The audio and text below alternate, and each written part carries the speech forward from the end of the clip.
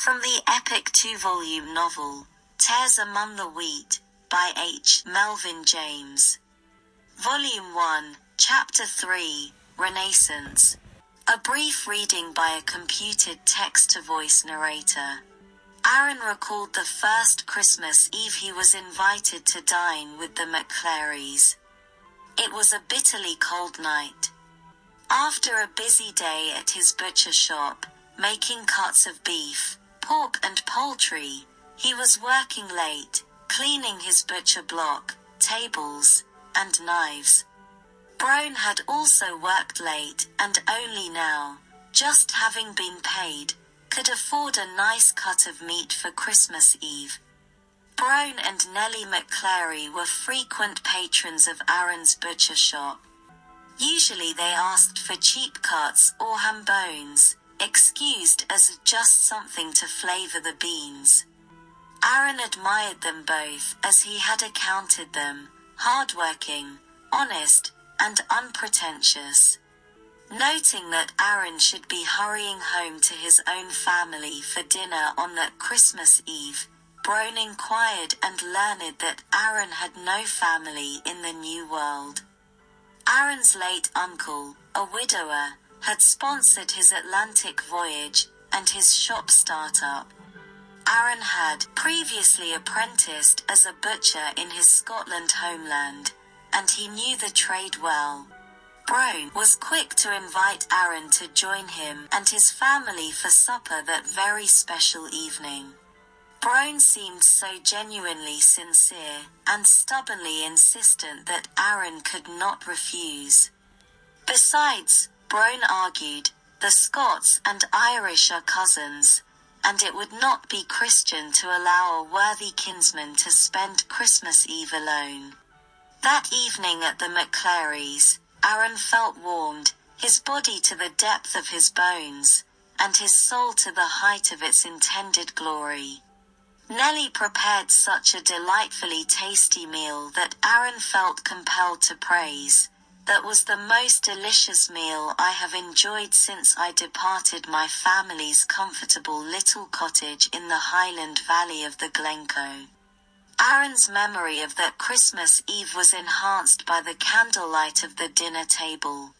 He recalled how the light glowed across Nellie's cheeks and flickered twinkles in her emerald eyes.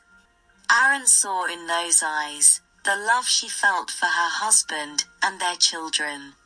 Curious to Aaron, that observation soothed his feelings, although he was uncertain and uneasy of the nature of the affection he felt for Nellie, the wife of his newfound friend. Aaron denied himself to ponder that intimate question or to explore any circumstance of such daydreams. There was so much love in that family that he was fulfilled by simply absorbing the overflow from his peripheral vantage, like the warmth of a stove flooding through the open doorway of an adjoining room. That Christmas Eve Brown had banked the pot-bellied stove with hard anthracite coal. Its warmth permeated to every corner of the three-room apartment. After supper the family and their guest relaxed in the parlor. The McClary's 6-year-old daughter, Brianna, sipped her warm chocolate-flavored milk, while the adults consumed the warmth of Brown's Irish coffee, from tongue to belly. While the adults conversed, Brianna, sporting a long braid of sandy gold hair from behind each ear, politely sat pretty and prim. She did not speak, but contributed much to the interest of the conversation with infinite expressions of smiles, bright eyes opening quickly in amusement, gasps of disbelief, and the most cheerful chuckles Aaron had heard since he last frolicked with his young cousins so many miles and years away in his beloved Scotland. Nellie rocked baby Ardle while she and Brown told of delightful days, hilarious incidents, and macabre tales of folklore. Aaron remained totally absorbed, listening intently, and laughing spontaneously, only to find himself embarrassed by his hearty barking, and by the tears of excessive laughter dripping down his cheeks. And moments later he would again find himself uncontrollably laughing until he would bark a nasal snort, like a boar hog, or, to his further embarrassment, thunderously pass wind, setting the group into yet another renewed round of laughter. Aaron would never forget the pleasures and comforts of that night, and every Christmas Eve that followed, as Brone steadily improved his station in life, and Nellie finally acquired a matching set of china, and a more spacious home.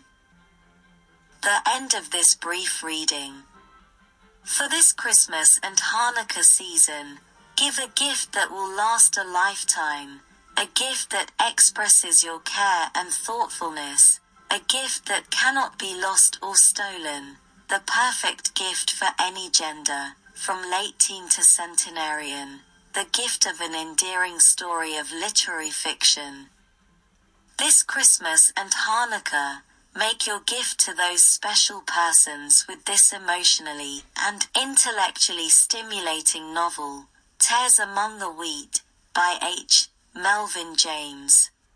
Thank you.